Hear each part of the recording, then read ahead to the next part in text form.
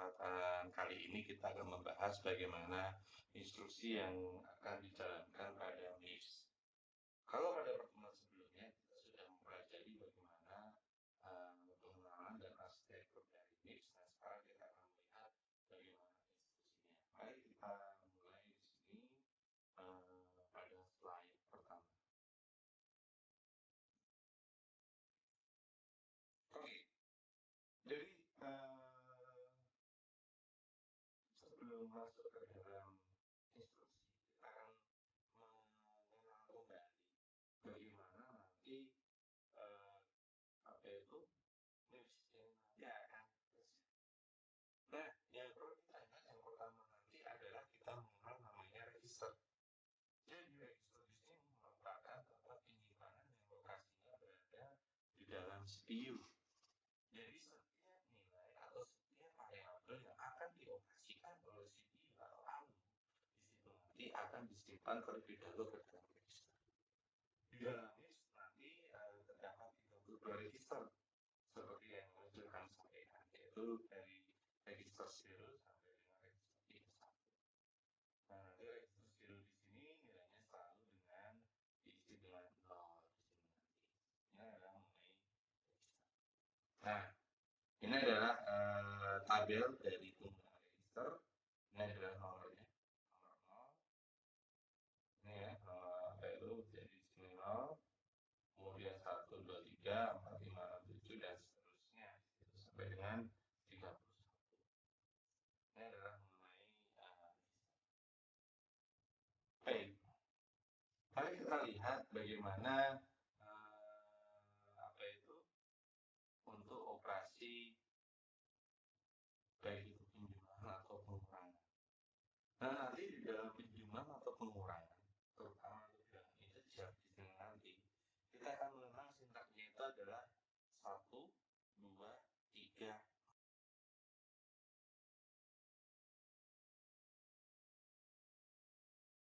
bisa disebut dengan operation code-nya. Apakah add atau sub itu nanti operation by name. Kemudian nomor 2. Nomor 2 di sini adalah operan getting result. Artinya apa? Artinya adalah di mana nanti nilai hasil operasi itu akan disimpan, yaitu ada di dalam nomor 2 ini. Kemudian nomor 3 dan 4 ini disebut sebagai apa itu first and second operand for operation, atau nanti disebut dengan source 1 and source 2 di situ. Sehingga nanti di sini kita bisa lihat apa itu kalau kita simpulkan untuk add maupun sub di situ nanti itu nanti adalah satu operator dengan 3 operan. Ini untuk apa itu penjumlahan maupun pengurangan. Nah, di sini ada sebagai contoh, misalkan di dalam penjumlahan ini adalah contoh, misalkan kalau dalam bahasa C ya di sini ya, A sama dengan B ditambah C.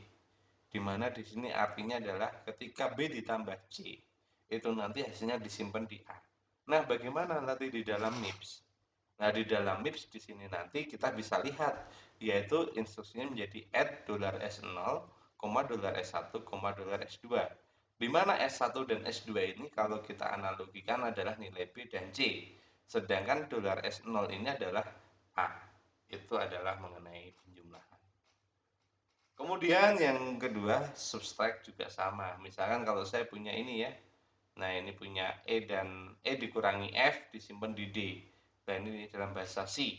Kalau dalam bahasa apa itu? Bahasa MIPS, assembler dalam MIPS itu menjadi seperti ini. Di mana $S4 dan S5 ini nanti itu merepresentasikan E dikurangi dengan F. Sedangkan $S3 di situ nanti adalah merepresentasikan dari bilangan D di sini. Nah, ini adalah ada satu contoh di situ ya. Nah, bagaimana kalau ada persamaan B ditambah C tambah D dikurangi dengan E? Kita asumsikan A itu adalah $S0, B itu $S1, C $S2, D$S3 dan E$S4. Mari kita lihat. Jadi di sini kita bisa lihat nanti yang pertama penjumlahannya adalah B ditambah C terlebih dahulu, kemudian disimpan di dalam A. Baru A nanti dikeluarkan lagi ditambah dengan D, baru disimpan lagi di dalam A.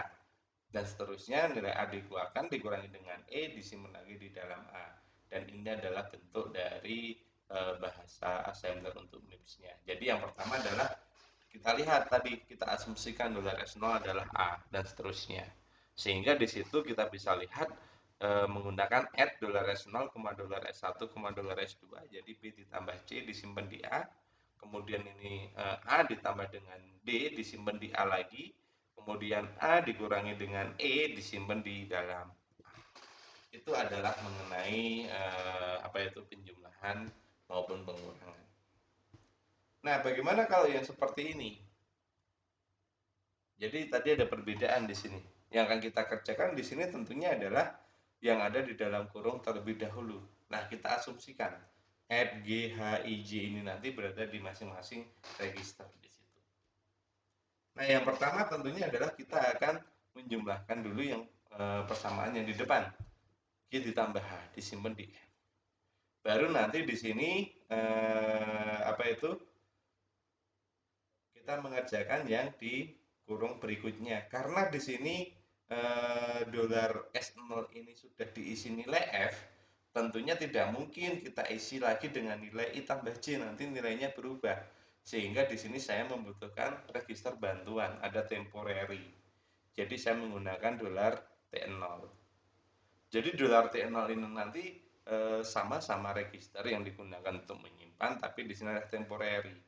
Jadi di sini kita lihat I ditambah J disimpan di dalam T0-nya.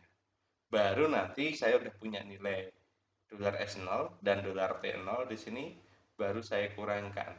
Jadi $S0 dikurangi dengan $T0 disimpan di dalam $S0. Jadi ini adalah bagaimana untuk menyelesaikan persamaan dengan model yang berbeda. Kemudian berikutnya tadi ada register, sekarang kita akan melihat immediate operand.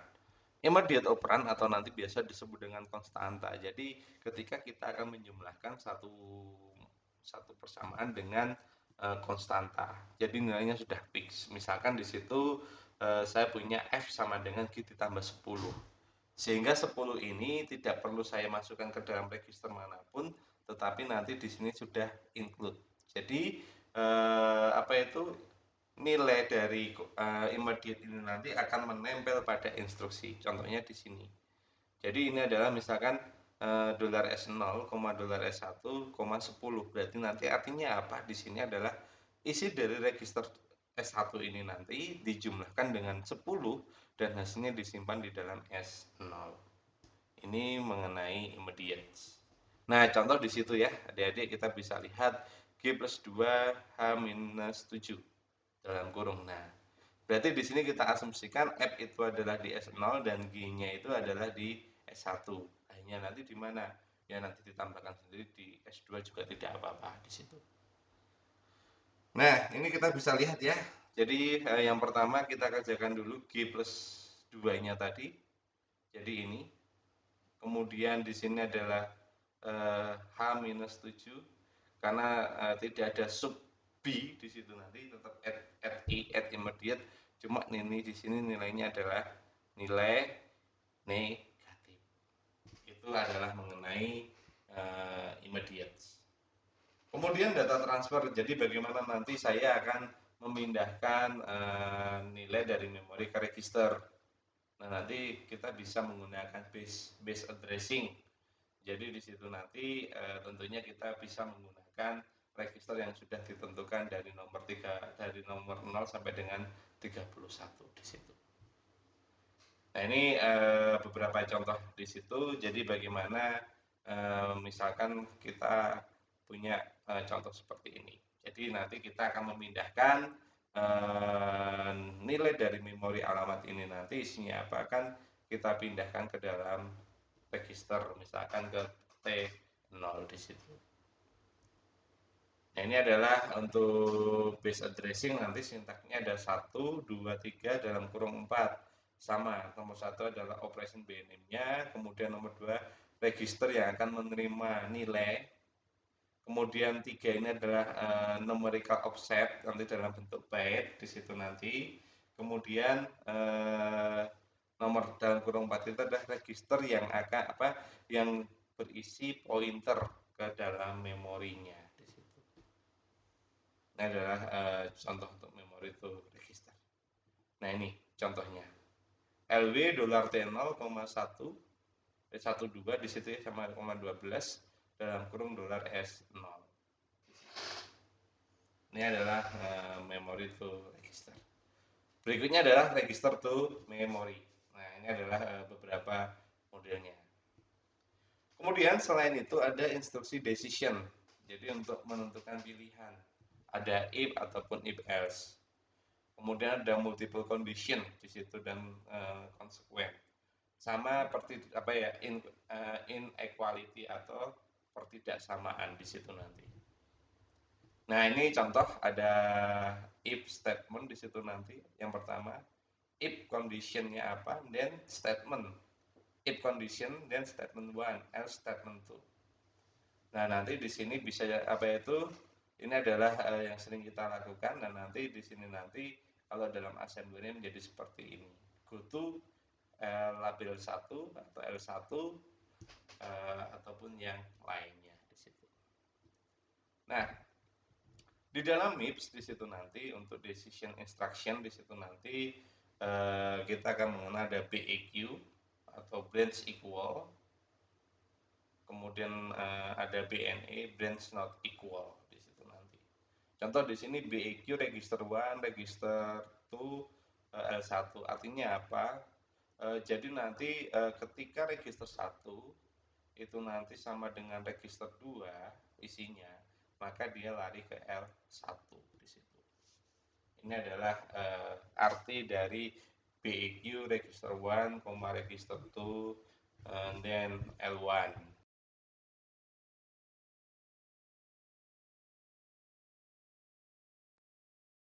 Ini adalah untuk MIPS. Kemudian kalau yang unconditional di situ nanti, jadi tidak memerlukan satu kondisi, kita bisa menggunakan J label atau jam di situ. Nah, ini adalah contoh-contohnya. Nah, sekarang kita bisa lihat di sini adik-adik. Kita bisa lihat ada nilai I dan J. Nah, nanti di sini kalau I sama dengan J, maka dia menjalankan persamaan ini.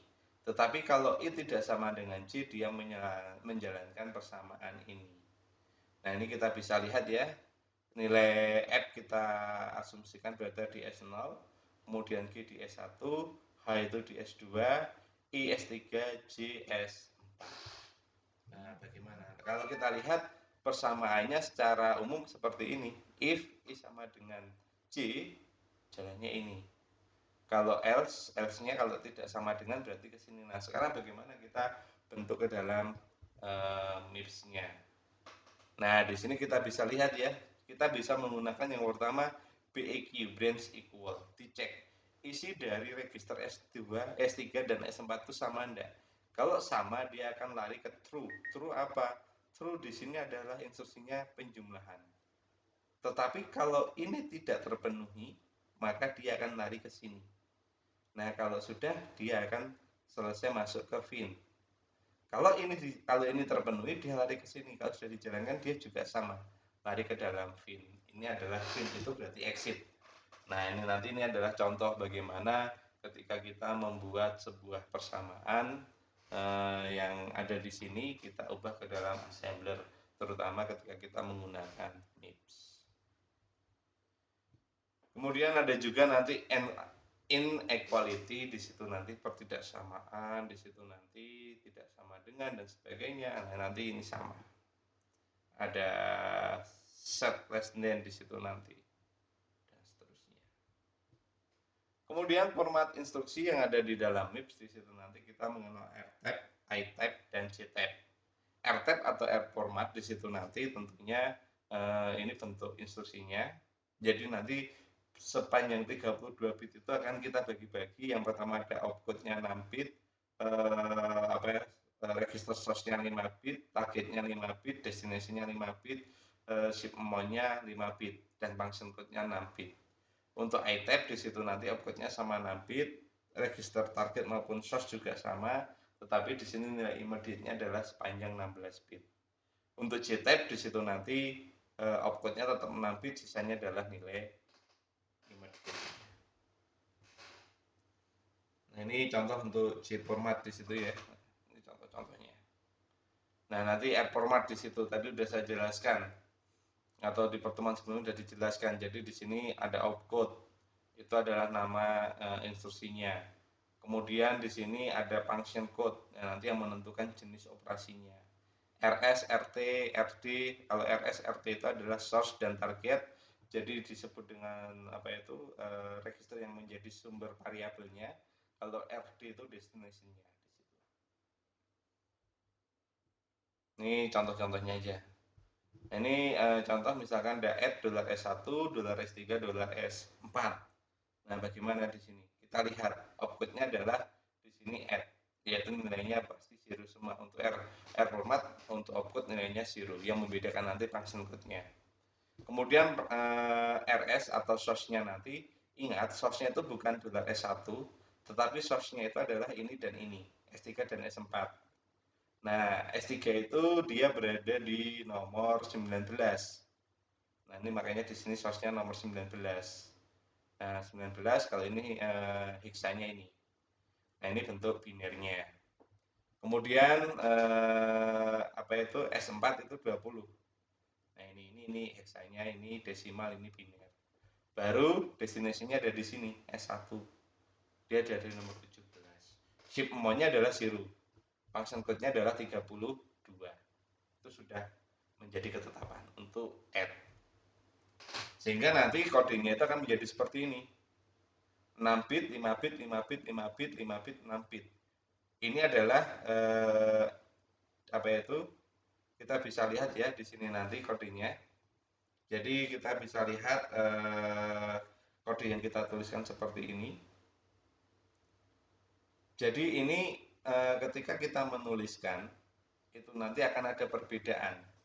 Jadi kalau ini ditulis dalam bahasa assemblernya itu adalah seperti ini urutannya. Tetapi kalau di dalam apa itu bahasa mesinnya ini yang menjadi ini kan apa itu source-nya. Nah, source-nya ini dia menjadi di sini karena dia berada di bit 25 sampai dengan 21 ya di situ. Kemudian source yang kedua 20 sampai dengan 20 sampai dengan 16. Baru nanti yang destination-nya 15 sampai dengan 11. 10 sampai dengan apa itu? 6, 5 sampai dengan 0. Ini adalah contohnya. Jadi ada perbedaan penulisan. Kalau dalam penulisan assembly-nya seperti ini, tapi kalau urutan dalam bahasa mesinnya nanti source-nya ini source yang pertama itu menjadi setelahnya opcode. Itu yang perlu diperhatikan. Nah, baru nanti setelah itu ini kan pembagiannya masih seperti yang awal tadi. Baru nanti kita bagi 4, 4, 4, 4 sehingga nanti kita bisa dapatkan dalam heksadesimalnya seperti apa instruksinya. Karena yang akan dijalankan nanti ini dalam heksadesimalnya.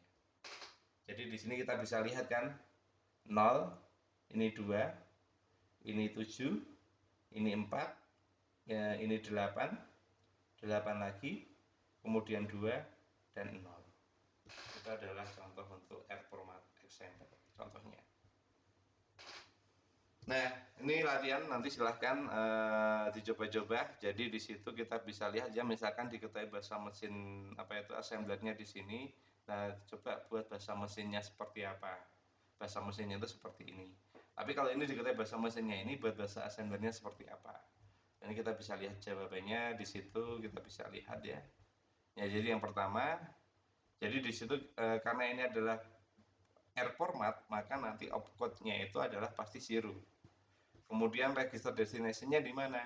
destinasinya ada di sini kan, ini destination, ini source-nya, ini source-nya, sehingga kita bisa lihat di situ nanti isi-isinya sehingga ketemu hasilnya seperti ini. Dan nanti silakan ini dipelajari seperti penjelasannya di atas. Kalau yang ini ketika diketahui seperti ini, nah ini kita ambil 0 dalam bentuk 4 bit 4 bit, kemudian setelah 4 bit kita kelompokkan menjadi 6, 5, 5, 5, 5, 6. Nah baru ketemu outputnya ini 0, kemudian source-nya itu adalah ini, kemudian source 2-nya adalah ini, destinasinya adalah ini, kemudian ini ketemu, function code-nya adalah 32, berarti di situ nanti adalah bahasa assemblernya adalah ini penjumlahan, berarti add dolar berapa? Dolar T0, dolar S1, dolar S2. Itu adalah penjelasannya. Oke, saya rasa itu penjelasan dari saya untuk instruksi dalam MIPS. Terima kasih, selamat belajar, sampai ketemu lagi.